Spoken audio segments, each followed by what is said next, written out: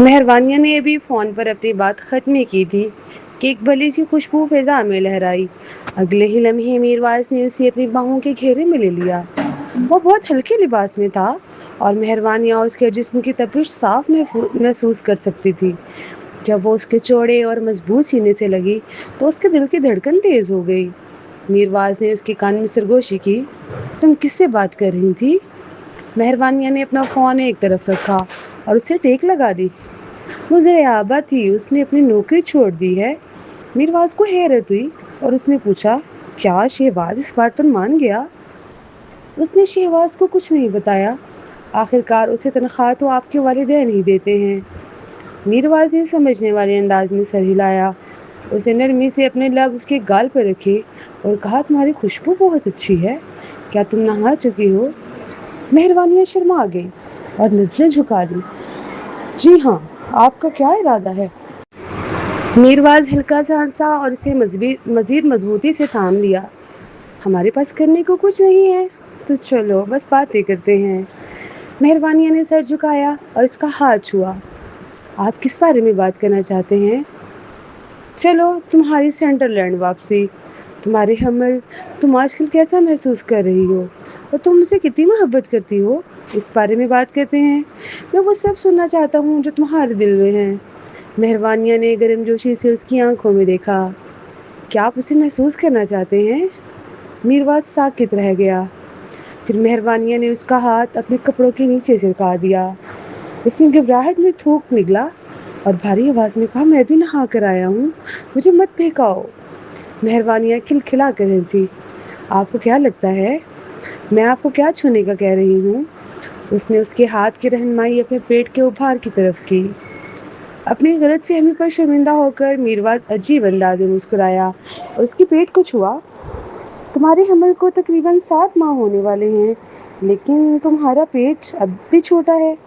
مہروانیہ نے اتفاق کرتے ہوئے سر ہلایا۔ ہمارا بچہ بہت سمجھدار ہے۔ میرا حمل کافی آسانی سے گزر رہا ہے، مجھے نہ کمر میں درد ہوا اور نہ ہی چلنے پھرنے میں کوئی مشکل ہوئی۔ میرواز حمل کے شروع میں مہروانیہ کا خیال نہیں رکھ سکا تھا۔ اسے پچھتاوا ہوا اور اس نے کہا، اب سے تمہیں مجھے ہر معائنے کے بارے میں بتانا ہوگا۔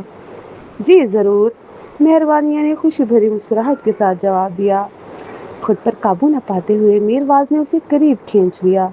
اس نے اس کی گردن پر بوسہ دیا اور نرمی سے اپنا چہرہ رگڑا۔ اس کی گرم سانسوں نے اس کی جلد پر گدگدی سی کی۔ گدگدی ہو رہی ہے، مہروانیہ نے پیچھے ہٹتے ہوئے کہا۔ میرواز کے بوسے اب اس کے گلابی گالوں کی طرف بڑھ گئے تھے۔ ان بوسوں نے اسے احساس دلایا کہ اس کی کتنی قدر ہے۔ میرواز کا اپنی سنجیدگی چھوڑ کر ایسی نرم محبت دکھانا ایک بڑی تبدیلی تھی۔ مہروانیہ نے خود کو خاص محسوس کیا۔ وہ جانتی تھی کہ وہ واحد انسان ہے جو میرواز کا یہ نرم اور پرجوش روپ دیکھ سکتی ہے۔ اس کی شرارتوں پر دل ہی دل میں تڑپتے ہوئے اس نے اس کے کان میں سرگوشی کی۔ سچ تو یہ ہے کہ اگر آپ تھوڑا سا نرم رہیں تو ہم قریب آ سکتے ہیں۔ میرواز نے شرماتی ہوئی مہروانیہ کو دیکھ کر ماتھے پہ بل ڈالے۔ پھر خود پر قابو پانے کے بعد اس نے اس کے ماتھے پر بوسہ دیا اور کہا، میں کوئی خطرہ مول نہیں لوں گا، چاہے وہ معمولی سا ہی کیوں نہ ہو۔ تمہیں میری خواہشات کی فکر کرنے کی ضرورت نہیں ہے، میں ان پر قابو پا سکتا ہوں۔ اگر نہ کر سکا تو میں خود سنبھال لوں گا۔ مہروانیہ مطمئن انداز میں مسکرائی۔ اس نے اپنی آنکھیں بند کر لی اور اسے ٹیک لگا لی۔ وہ دونوں خاموشی سے ایک دوسرے کے قریب صوفے پر بیٹھے رہے۔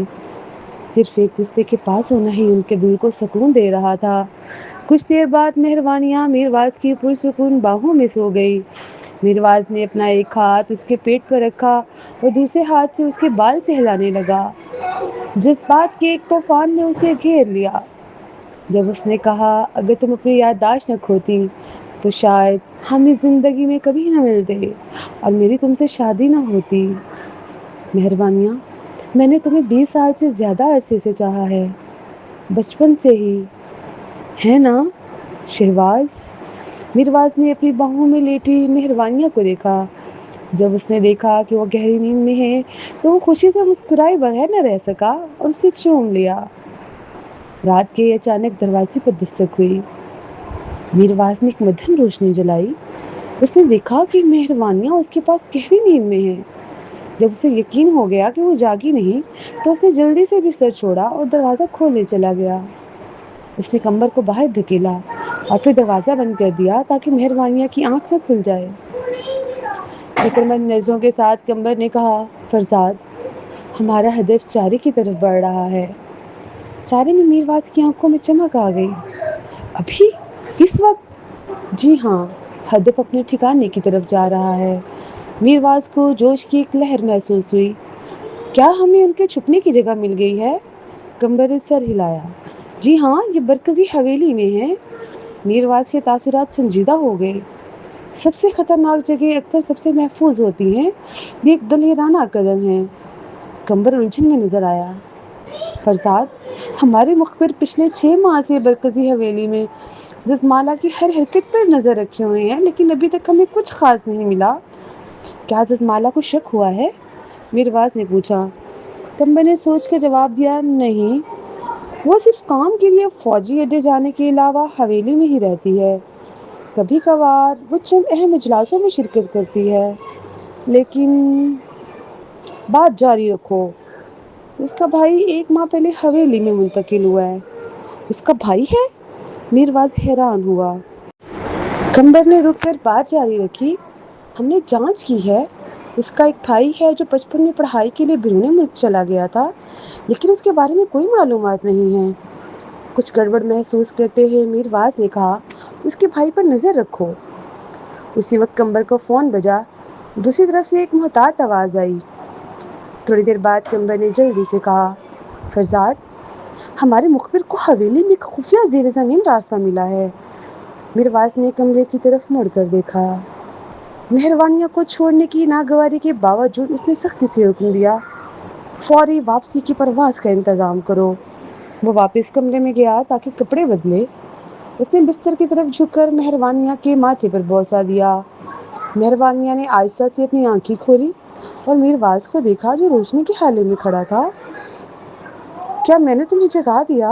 اس نے نرمی سے پوچھا۔ جب مہروانیہ نے اسے جانے کے لیے تیار دیکھا تو وہ سمجھ گئی کہ وہ کسی دوسرے مشن پر جا رہا ہے۔ وہ مسکرائی اور نفی میں سر ہلایا۔ کوئی بات نہیں، آپ کہاں جا رہے ہیں؟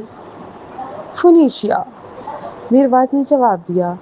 یہاں رہو اور اپنا خیال رکھو، خود پر زور نہ ڈالنا۔ خیال رکھیے گا، مہروانیہ نے سرگوشی کی۔ اس نے اپنا ہاتھ بڑھا کر اس کے پرکشش چہرے کو چھوا۔ میں رکھوں گا، میرواز نے اسے یقین دلایا اور اس کے ہاتھ پر بوسہ دیا۔ مہروانیہ کو اس کی فکر ہو رہی تھی۔ آدھی رات کو اس کی اچانک روانگی کا مطلب تھا کہ یہ کوئی ہنگامی کام ہے۔ اس کی حفاظت کی فکر کے علاوہ اسے اس بات کی بھی فکر تھی کہ لالیزا سلامیر اس کے آس پاس ہوگی۔ کیا آپ لالیزا سلامیر کو ساتھ لے جا رہے ہیں؟ اس نے پوچھا۔ نہیں، میرواز نے نرمی سے مسکراتے ہوئے جواب دیا۔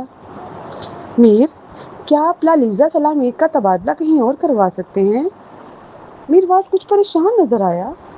اسے صدر نے ذاتی طور پر میرے ساتھ مقرر کیا ہے، اس کا تبادلہ آسان نہیں ہوگا۔ مجھے یقین ہے کہ آپ کوئی راستہ نکال لیں گے، بس کوشش کریں، مہروانیہ نے کہا۔ وہ جانتی تھی کہ لالیزا سلامیر کی موجودگی اسے بے چین رکھتی ہے۔ مہروانیہ تب تک خود کو محفوظ نہیں کرے گی جب تک وہ عورت میرواز کے آس پاس ہے۔ میرواز نے اس کا ہاتھ ہلایا۔ مہروانیہ، اس نے مجھے یقین دلایا ہے کہ وہ ہماری زندگی میں مداخلت نہیں کرے گی۔ وہ بری عورت نہیں ہے، اس لیے فکر نہ کرو۔ مہروانیہ کا موڈ خراب ہو گیا۔ اس نے اپنا ہاتھ کھینچ لیا اور کمبل میں لپٹ گئی۔ اس نے رخ موڑ لیا اور آنکھیں بند کر لی۔ اپنا خیال رکھیے گا اور بحفاظت واپس آئیے گا، اس نے بڑبڑاتے ہوئے کہا۔ ٹھیک ہے۔ میرواز نے اس کی ناراضگی محسوس کی لیکن کچھ نہ کہا۔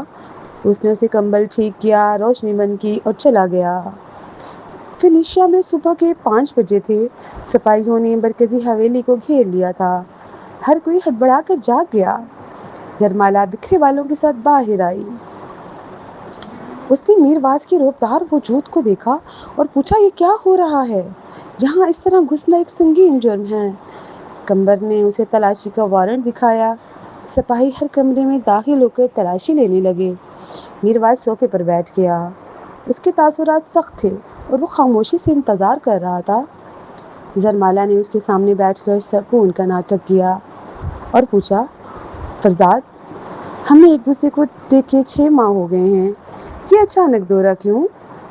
وہ میرواز کو خوابناک نظروں سے دیکھ کر مسکرائی۔ آپ پرکشش ہیں، لیکن آپ مسکراتے یا بات کیوں نہیں کرتے؟ میرواز کی نظریں سخت ہو گئی، جس سے زرمالا گھبرا گئی۔ پھر بھی اس نے سکون کا بہانہ کرتے ہوئے چھیڑا، فرزاد، میں نے سنا ہے کہ آپ ابھی بھی کنوارے ہیں۔ میں حیران ہوں کہ آپ کو کس طرح کی عورت پسند ہے؟ کیا مجھ جیسی بیوہ آپ کو پسند آئے گی؟ میرواز اس کے بیوہ ہونے کی خبر پر ساکت رہ گیا۔ سہوان مر گیا ہے؟ اس نے بے رخی سے پوچھا۔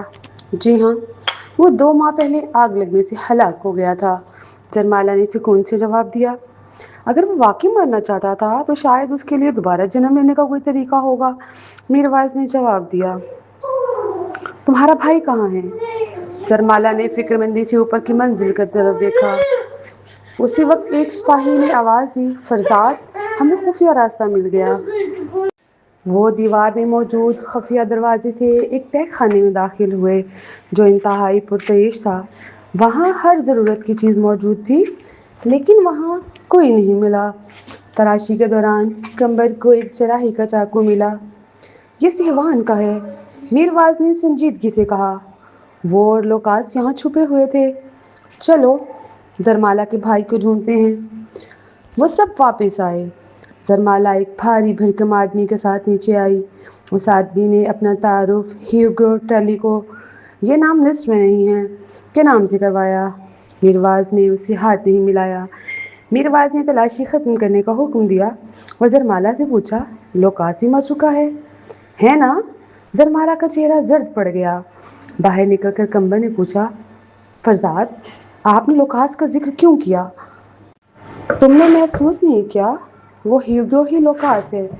وہ پچھلے 6 ماہ سے اپنی شکل بدل رہے تھے اور اپنی موت کا ناٹک کر رہے تھے۔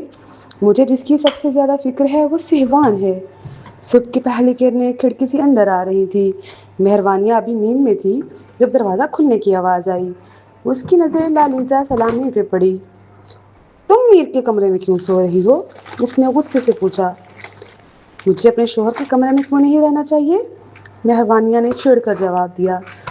لالیزا سلامی غسل خانے کی طرف بھاگی اور صفائی کرنے لگی۔ مہروانیہ، میں میر کی معاون ہوں۔ پچھلے 6 ماہ سے میں نے اس کی زندگی کے ہر پہلو کا خیال رکھا ہے۔ تم تو بالکل بیکار ہو، تم بس حسد کرنا جانتی ہو۔ مہروانیہ نے گہرا سانس لیتے ہوئے خود کو سنبھالا۔ میں اس کی بیوی ہوں، اس کی نوکرانی نہیں ہوں، لالیزا سلامی نے حقارت سے کہا۔ میں نہیں سمجھتی کہ میر نے تمہیں کیوں چنا۔ مہروانیہ نے کہا، براہ کرم باہر جاؤ، لیکن وہ پاس نہ آئی۔ مہروانیہ چڑھ گئی اور وہاں سے نکلنے کے لیے تیار ہو گئی۔ تم اٹھنے کے بعد بستر بھی ٹھیک نہیں کرتی؟ کیا تم ہمیشہ اتنی لاپرواہ رہتی ہو؟ لالیزا سلامی نے پیچھے سے آواز دی۔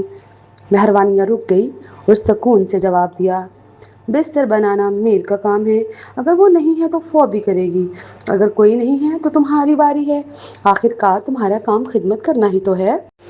مہروانیہ وہاں سے چلی گئی۔ وہ اس جھگڑے سے میرواز کو پریشان نہیں کرنا چاہتی تھی۔ کچھ دن بعد اسے معلوم ہوا کہ لالیزا سلامی واپس چلی گئی ہے۔ فوبی اور کمبر اب بھی فون پر باتیں کرنے میں مصروف تھے۔ فوبی نے مہروانیہ سے پوچھا، کیا میرواز آپ کو فون نہیں کرتے؟ مہروانیہ نے اسے اپنی گفتگو کی فہرست دکھائی جو میرواز کے پیغامات سے بھری تھی، لیکن اس کے جوابات بہت مختصر تھے۔ کیا مسلسل باتیں کرنا تڑپ کو کم کر سکتا ہے؟ مہروانیہ نے پوچھا۔ محبت زندگی میں سب کچھ نہیں ہوتی، ہمیں یہ دیکھنا چاہیے کہ کیا وہ اس کے قابل ہے یا نہیں۔ اچانک مہروانیہ کو فون بجا۔ ایک نامعلوم نمبر تھا۔ کون ہے؟ اس نے پوچھا۔ گولو، یہ میں ہوں، شہباز۔ شہباز؟ مہروانیہ حیران ہوئی۔ دریابہ 1 ہفتے سے لاپتہ ہے، کیا تم جانتی ہو وہ کہاں گئی؟ دریابہ تو استعفیٰ دے چکی ہے، کیا تمہیں نہیں معلوم تھا؟ مہروانیہ نے بتایا۔ شہباز خاموش ہو گیا۔ وہ اصل میں کیسی لڑکی ہے؟ اس نے آخر کار پوچھا۔ مہروانیہ نے مسکرا کر اسے دریابہ کی خوبصورتی اور اس کی زندہ دل شخصیت کے بارے میں تفصیل سے بتانا شروع کیا۔ دریابہ بالکل بھی سخت مزاج نہیں ہے، در حقیقت وہ ایک بہت ہی نرم دل لڑکی ہے۔ اس نے صرف تمہیں مایوسی سے نکالنے کے لیے خود کو تلخ اور سخت ظاہر کیا تاکہ تم پر اثر ہو۔ وہ اصل میں بہت ہی پیاری اور مہربان ہے۔ مہروانیہ نے شہباز کو بتانا جاری رکھا۔ اس کے والد کو کینسر تھا اور وہ اکیلی کمانے والی تھی جو اپنے خاندان کی کفالت اور والد کے علاج کے اخراجات اٹھا رہی تھی۔ اس نے انہیں بچانے کے لیے بہت قرض لیا، لیکن افسوس کہ اس کے والد نہ بچ سکے۔ اس کے باوجود وہ بہت ہمت والی اور پر امید لڑکی ہے۔ شہباز، چونکہ تم بھی اکیلے ہو تو تم دریابا کے بارے میں کیوں نہیں سوچتے؟ وہ نہ اس کے قابل نہیں ہوں گولو، شہباز نے اس کی بات کاٹتے ہوئے کہا۔ مہروانیہ حیران رہ گئی۔ کیوں؟ شہباز نے ایک تلخ مسکراہٹ کے ساتھ جواب دیا۔ وہ اتنی شاندار لڑکی ہے اور میں صرف ایک اندھا بیوقوف ہوں، میں اس کے لائق نہیں ہوں۔ شہباز، دریابا بھی خود کو ایسا ہی محسوس کرتی ہے۔ مجھے لگتا ہے کہ آپ دونوں ہی اپنی اہمیت کو کم سمجھ رہے ہیں۔ کیوں نہ آپ اپنے دل کھولیں اور ایک کوشش کریں؟ شہباز ہلکا سا ہنسا۔ وہ بہت مہربان ہے، کیا تم اس کے انکار کی نرمی محسوس نہیں کر سکتی؟ کیا یہ واقعی دریابا کا انکار تھا؟ مہروانیہ کچھ کہہ نہ سکی۔ آخر کار دل کے معاملات اتنے ہی پیچیدہ ہوتے ہیں جتنے انسان کی گہری خواہشات، جنہیں صرف وہ خود ہی سمجھ سکتا ہے۔ بے بسی محسوس کرتے ہوئے مہروانیہ نے پوچھا، شہباز، کیا تم دریابا کو پانے کی کوشش نہیں کرو گے؟ اگر وہ اس طے شدہ شادی کے لیے آگے بڑھ گئی تو وہ کسی اور کی ہو جائے گی۔ اتنا وقت ساتھ گزارنے کے بعد کیا تم کچھ محسوس نہیں کرتے؟ شہباز نے موضوع بدل دیا۔ اس کا لہجہ اب سنجیدہ تھا۔ گولو، کیا سہوان کے بارے میں کوئی خبر ہے؟ مہروانیہ چونک گئی۔ اچانک اس کے بارے میں کیوں پوچھ رہے ہو؟ میں چاہتا ہوں کہ وہ میرے دماغ کی سرجری کرے۔ اگر بچنے کا تھوڑا سا بھی موقع ہے تو میں اسے آزمانا چاہتا ہوں۔ شہباز، یہ بہت خطرناک ہے۔ وہ ایک بے رحم دہشت گرد اور سخت دل قاتل ہے۔ تم اس پر بھروسہ نہیں کر سکتے۔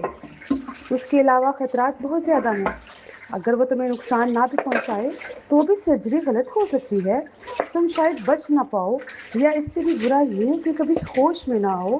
اس نے دہائی دی۔ گولو، میں نے فیصلہ کر لیا ہے، بس مجھے بتاؤ کہ سہوان کہاں ہے، باقی میں خود دیکھ لوں گا۔ اگرچہ مہروانیہ شہباز کی دلیل کو پوری طرح سمجھ نہیں پا رہی تھی، لیکن وہ اس کے فیصلے کا احترام کرتی تھی۔ سہوان کو فینیشیا میں ہونا چاہیے، مہروانیہ نے تھوڑی دیر سوچ کر کہا۔ میر ایک مشن کے لیے فینیشیا گیا ہے، اسے ضرور پتہ ہوگا وہ کہاں ہے۔ ٹھیک ہے، میر اور اس کی ٹیم میرے ہی پاس ٹھہری ہوئی ہے، میں ان سے سہوان کا پتہ معلوم کر لوں گا۔ مہروانیہ کا دل دھڑکنے لگا۔ اس نے گھبرا کر پوچھا، شہباز، کیا تمہارا مطلب ہے لالیزا سلامیر بھی وہیں ہیں؟ ہاں، لالیزا سلامیر اور کمبر دونوں یہیں ہیں، شہباز نے بے نیازی سے جواب دیا۔ لالیزا سلامیر شکایت کر رہی تھی کہ تم نے سٹ ولا کو تالے لگا دیے ہیں اور میر کے پاس ہی وہاں کا خفیہ کوڈ نہیں ہے۔ مہروانیہ کا دل بیٹھ گیا۔ یہ بات سمجھ آتی تھی کہ کمبر فرزاد کی رہائش گاہ میں ٹھہرا ہے کیونکہ فینیشیا میں اس کا اپنا گھر نہیں تھا، لیکن لالیزا سلامیر جس کا اپنا گھر وہیں تھا، وہ کیوں وہاں رک رہی تھی؟ اس نے زبردستی مسکراتے ہوئے خود کو پرسکون ظاہر کیا۔ میں ٹھیک ہوں شہباز، پھر بات ہوگی۔ مہروانیہ نے فون رکھ دیا، لیکن اس کے اندر ایک عجیب سی کرواہٹ بھر گئی۔ موسم آہستہ آہستہ گرم ہونے لگا اور دیکھتے ہی دیکھتے ایک اور طبی معائنے کا وقت آ گیا۔ مہروانیہ کو اچھی طرح یاد تھا کہ میر واز نے تاکید کی تھی کہ اسے ہر بار مطلع کیا جائے، لیکن وہ فینیشیا میں اپنی ذمہ داریوں میں پھنسا ہوا تھا۔ اس کے کام میں خلل نہ ڈالنے کے لیے مہروانیہ نے فوبی کے ساتھ مل کر عملے کے اسپتال جانے کا فیصلہ کیا۔ 7 ماہ کا حمل دے کر ڈاکٹر نے اسے مشورہ دیا کہ وہ زچگی کے لیے فینیشیا واپس چلی جائے۔ یہاں کے اسپتال میں نومولود بچوں کے لیے ضروری سہولیات موجود نہیں تھیں۔ مہروانیہ نے کمپنی سے زچگی کی چھٹی لی اور فوبی کے ساتھ چپکے سے فینیشیا جانے کا فیصلہ کیا۔ اس نے میرواز کو پہلے نہیں بتایا کیونکہ وہ اسے حیران کرنا چاہتی تھی۔ ہوائی اڈے پر اترتے ہی شنزی کو محسوس ہوا کہ کوئی ان کا پیچھا کر رہا ہے۔ گھر جاتے ہوئے ایک مشکوک گاڑی مسلسل ان کے پیچھے تھی۔ مہروانیہ، کچھ ٹھیک نہیں لگ رہا، ایسا لگتا ہے کوئی ہمارا پیچھا کر رہا ہے، کیا ہمیں جنرل میرواز کو بتانا چاہیے؟ وہ بھی بہت فکر مند تھی۔ آئینے میں دیکھتے ہوئے مہروانیہ نے کچھ دیر سوچ کر پوچھا، کیا فینیشیا غیر محفوظ ہے؟ ہو سکتا ہے، پاپی نے اپنے حصے لطیف سے اندازہ لگایا، جنرل میرواز 1 ماہ سے زیادہ وقت سے یہاں ہیں، وہ ضرور کسی بھی مشکل چیلنج سے نمٹ رہے ہوں گے، اس صورت میں ہمیں انہیں بتانا چاہیے۔ مہربانیہ نے فوراً اپنا فون نکالا، حفاظت سب سے پہلے ہے۔ تھوڑی دیر بعد میرواز کی آواز سنائی دی جس میں جوش چھلک رہا تھا، گولو، یہ پہلا موقع تھا کہ اس مہینے مہربانیہ نے خود اسے فون کیا تھا۔ میر، میں اور فوبی یہاں فینیشیا میں ہیں۔ میرواز نے پریشانی سے پوچھا، تم واپس کیوں آئی ہو؟ تم اس وقت کہاں ہو؟ ہم سڈ ولا جا رہے ہیں، ڈاکٹر نے کہا ہے کہ بچہ یہیں پیدا ہونا چاہیے کیونکہ وہاں سہولیات کم ہیں۔ تم گھر کب تک پہنچو گی؟ فوبی کو شک ہے کہ ہمارا پیچھا کیا جا رہا ہے، مہربانیہ نے وضاحت کی۔ میرواز کا لہجہ اچانک بدل گیا، اپنی جگہ میرے ساتھ بانٹ دو، میں کسی کو تمہیں لینے کے لیے بھیجتا ہوں۔ مہربانیہ نے فون بند کیا اور اپنی جگہ اسے بھیج دی۔ 15 منٹ کے اندر ہی فوبی نے دیکھا اب ان کے پیچھے 2 فوجی گاڑیاں بھی شامل ہو گئی تھیں۔ اس سے مہربانیہ کے بے چین دل کو سکون ملا۔ شام کے سائے گہرے ہوئے تو وہ بخیر و عافیت سڈولا پہنچ گئے۔ گاڑی سے اترتے ہی اس نے دیکھا کہ پیچھے سے ایک اور گاڑی آ کر رکی۔ اس کی حیرت کی انتہا نہ رہی جب اس میں سے میرواز نکلا۔ اسے لگا تھا کہ اس نے کسی کو بھیجا ہوگا، لیکن وہ خود اس کی حفاظت کے لیے وہاں پہنچا تھا۔ میرواز نے قریب آ کر خاموشی سے اسے اپنی باہوں میں بھر لیا۔ اس نے آنکھیں بند کر کے اس کے ماتھے پر بوسہ دیا۔ اس کا سینہ جذبات سے دھک رہا تھا۔ مہربانیہ کا خالی دل لمحہ بھر میں گرم جوشی سے بھر گیا۔ کیا تمہیں میری یاد نہیں آئی؟ میرواز نے بھاری آواز میں پوچھا۔ اس کے حصار میں لپٹی مہربانیہ نے سرگوشی کی، بے شک آئی۔ پھر اسے احساس ہوا کہ اس کے ہاتھ ابھی تک نیچے لٹک رہے ہیں۔ وہ مسکرائی اور اپنے ہاتھ اسی کمر کے لپیٹ کر اس کے سینے سے لگ گئی۔ میرواز کے لہجے میں تھوڑی سی ڈانٹ تھی۔ آئندہ کہیں بھی جانے سے پہلے تمہیں مجھے بتانا ہوگا۔ وہ بے بسی سی ہنسا، مجھے ایسے حیرت بھرے جھٹکوں کی ضرورت نہیں ہے، یہاں سردی ہے، چلو گھر چلتے ہیں۔ اس نے مہربانیہ کا ہاتھ تھاما اور گھر کی طرف بڑھا۔ فوبی سامان نکالنے لگی تو قمر مسکراتا ہوا قریب آیا، یہ مجھے کرنے دیں، اس نے گرم جوشی سے پیشکش کی۔ فوبی نے اسے حیرت سے دیکھا، وہ بہت خوش لگ رہا تھا۔ تمہارا موڈ اتنا اچھا کیوں ہے؟ کیا تمہاری لاٹری نکلی ہے؟ فوبی نے پوچھا۔ قمر خاموش رہا اور اسے شرارت سے دیکھتا رہا۔ اس کے چہرے پر ایک مستقل مسکراہٹ تھی۔ اس نے سامان اندر پہنچایا اور فوبی اس کے پیچھے چل پڑی۔ جنرل میرواز تو یہاں ہے، وہ عورت کہاں ہے؟ فوبی نے سرد لہجے میں پوچھا۔ وہ عورت؟ قمر نے ابرو اچکائے۔ لالیزا سلامیر۔ فوبی کا لہجہ مزید تلخ ہو گیا۔ وہ ایک مشن پر ہے۔ کیسا مشن؟ یہ راز کی بات ہے، قمر نے مختصر جواب دیا۔ شام ہو چکی تھی، مہربانیہ نے چونکہ بتایا نہیں تھا، اس لیے رات کا کھانا تیار نہیں تھا۔ اسے اور بچے کو بھوک نہ لگے، اس لیے میرواز نے خود اپنے ہاتھوں سے اسپیگٹی تیار کی۔ کھانے کی میز پر قمر کی خوشی چھپائے نہیں چھپ رہی تھی۔ آپ کا شکریہ، میں پہلی بار جنرل میرواز کے ہاتھ کا کھانا چکھ رہا ہوں۔ مہربانیہ نے مسکرا کر میرواز کو دیکھا جو ابھی اپنی کرسی پر بیٹھا تھا۔ اس کے پرکشش چہرے پر ایک پیاری سی مسکراہٹ تھی اور آنکھوں سے اپنائیت ٹپک رہی تھی۔ جب تک گرم ہے کھا لو، اس نے نرمی سے کہا۔ کھاتے ہوئے مہربانیہ نے محسوس کیا کہ اسے حقیقت چھپانی نہیں چاہیے۔ اس نے بتایا، کچھ طبی مسائل، پلیسنٹا ایڈیشن کی وجہ سے ڈاکٹر نے کہا ہے کہ زچگی مشکل ہو سکتی ہے، اس لیے یہاں کے بڑے اسپتال میں آنا ضروری تھا۔ یہ سن کر میرواز کا دل بیٹھ گیا۔ اس نے فوراً اپنا فون نکالا تاکہ اس بارے میں معلومات تلاش کر سکے۔ مہربانیہ نے اسے روک دیا۔ انٹرنیٹ پر مت دیکھیں، وہاں صرف ڈرایا جاتا ہے، فکر کی کوئی بات نہیں ہے۔ میرواز نے اسے اپنے قریب کیا اور ماتھے پر بوسہ دیا۔ میں ایک اور معائنے میں تمہارے ساتھ نہیں تھا، میں ایک ناکام شوہر اور باپ ہوں۔ کوئی بات نہیں، میں آپ کو قصوروار نہیں ٹھہراتی، لیکن جب بچہ پیدا ہو مجھے آپ اپنے پاس چاہیے۔ میرواز نے اس کا ہاتھ تھاما اور چوما۔ میں وعدہ کرتا ہوں میں وہاں ہوں گا۔ اسی وقت فون کی گھنٹی بجی۔ اسکرین پر لالیزا سلامیر کا نام چمک رہا تھا۔ لمحہ بھر میں تمام خوشی غائب ہو گئی اور مہربانیہ نے ناگواری سے فون میرواز کی طرف بڑھا دیا۔ میرواز نے اسے تھوڑا دور ہٹانے کی کوشش کی، مجھے یہ فون سننا ہوگا، لیکن مہربانیہ وہیں جمی رہی۔ اس کا چہرہ اترا ہوا تھا، کیا کوئی ایسی بات ہے جو میں نہیں سن سکتی؟ یہی سنو اسپیکر پر۔ میرواز نے آہ بھری اور اسپیکر آن کر دیا۔ ابھی وہ کچھ بول پاتا کہ لالیزا سلامیر کی چیخیں سنائی دیں۔ میر، مجھے بچاؤ، میری مدد کرو۔ میرواز کا چہرہ غصے اور پریشانی سے کالا پڑ گیا۔ یہ سن کر مہروانیاں پیچھے ہٹ گئی اور اسے راستہ دیا۔ کیا ہوا ہے؟ تم کہاں ہو؟ میرواز چلایا۔ اسی وقت ایک اجنبی کی آواز آئی، نیو بولا پلازا، سب سے اوپر والی منزل۔ جنرل میرواز، اگر آپ آدھے گھنٹے میں نہ پہنچے تو اس کی لاش اٹھانے کے لیے تیار رہنا۔ فون کٹ گیا۔ میرواز نے مہروانیہ سے کہا، گھر ہی رہنا، کہیں مت جانا، اور وہ تیزی سے باہر کی طرف لپکا۔ مہروانیہ نے پیچھے سے آواز دی، میر۔ وہ رکا۔ اس کی آنکھوں میں جلدی صاف نظر آ رہی تھی۔ کیا بات ہے؟ مہروانیہ نے اس کا ہاتھ پکڑا۔ آپ کمبر اور ٹیم کو بھیجیں، انہوں نے خاص طور پر آپ کو بلایا ہے۔ یہ ایک چال ہو سکتا ہے، کچھ گڑبڑ ہے۔ میرواز کے پاس وقت نہیں تھا۔ اس نے اپنا ہاتھ چھڑایا اور کہا، میں اپنا خیال رکھ سکتا ہوں، مجھ پر بھروسہ رکھو۔ اس کی آنکھوں میں آنسو آ گئے۔ میر، پلیز کمبر کو جانے دو، تم میرے پاس رک جاؤ۔ میرواز نے اس کے آنسو پوچھے، اچھے بچے بنو، میرا گھر پر انتظار کرنا، میں جلدی واپس آؤں گا۔ اور وہ کمبر کے ساتھ وہاں سے نکل گیا۔ مہروانیہ وہیں کھڑی رہ گئی۔ اس کی مٹھیاں بھیج گئی اور آنسوؤں نے بینائی دھندلا دی۔ وہ جانتی تھی کہ میرواز جیسا انسان کسی اجنبی کی مدد کے لیے بھی چلا جاتا۔ یہ تو پھر اس کے ساتھ ہی تھی، لیکن اسے ایک عجیب سی بے چینی کھائی جا رہی تھی۔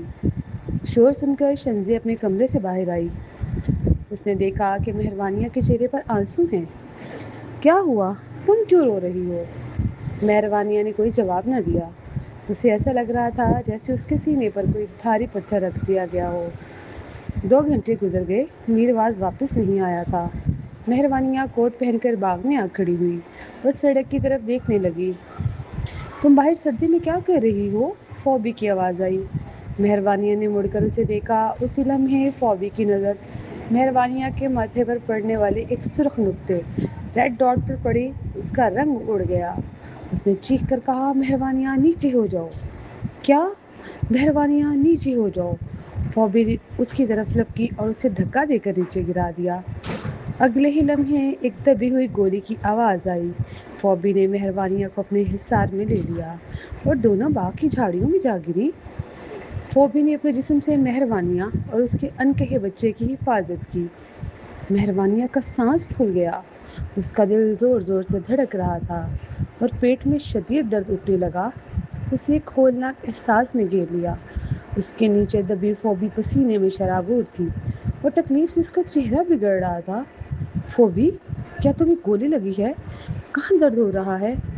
فوبی نے اپنا کندھا پکڑا اور کراتے ہوئے کہا، میں ٹھیک ہوں، ہلنا مت، وہاں شکاری سنائپر موجود ہے۔ میرا فون کہاں ہے؟ مہروانیہ نے پاگلوں کی طرح جیبیں ٹٹولی۔ وہ گھر کے اندر رہ گیا تھا۔ محافظ، سیکیورٹی، وہ چلائی۔ محافظ، وہاں شکاری ہے، چھپ جاؤ، پولیس کو فون کرو، میرواز کو بتاؤ۔ آواز سن کر محافظ باہر نکلا، لیکن اس نے فون اٹھانے کے بجائے یہ دیکھنا چاہا کہ کون شرارت کر رہا ہے۔ جیسے ہی وہ باہر آیا، ایک سرخ نقطہ اس پر پڑا اور اگلے ہی لمحے وہ ڈھیر ہو گیا۔ مہروانیہ نے صدمے سے اپنا منہ ڈھانپ لیا۔ وہ بے بس ہو کر رونے لگی۔ مدھم روشنی میں اس نے دیکھا کہ فوبی کی رنگت پیلی پڑ رہی ہے اور وہ ہوش کھو رہی ہے۔ اس نے اسے بچانے کے لیے گولی کھائی تھی۔ گھر کا دروازہ وہاں سے صرف چند فٹ دور تھا۔ مہروانیہ نے اپنا کوٹ اتار کر باہر پھینکا۔ شکاری نے دھوکے میں کوٹ پر گولی چلائی۔ اسی لمحے وہ پوری طاقت سے بھاگی اور گھر کے ستونوں کے پیچھے چھپ گئی۔ اس کا سانس اکھڑ رہا تھا۔ پیٹ کا درد ناقابل برداشت تھا، لیکن گھر بس چند قدم دور تھا۔ اس نے اپنے پیٹ پر ہاتھ رکھا۔ بچے، ڈرنا مت، اپنی ماں پر بھروسہ رکھو، ہم بچ جائیں گے۔ اس نے اپنا سویٹر اتار کر دوسری طرف پھینکا۔ جیسے ہی گولیاں اس سویٹر پر چلیں، وہ بجلی کی تیزی سے گھر کے اندر داخل ہو گئی۔ خوف اور تناؤ کی وجہ سے وہ دروازے پر ہی گر گئی اور اسے پیٹ میں شدید جلن محسوس ہوئی۔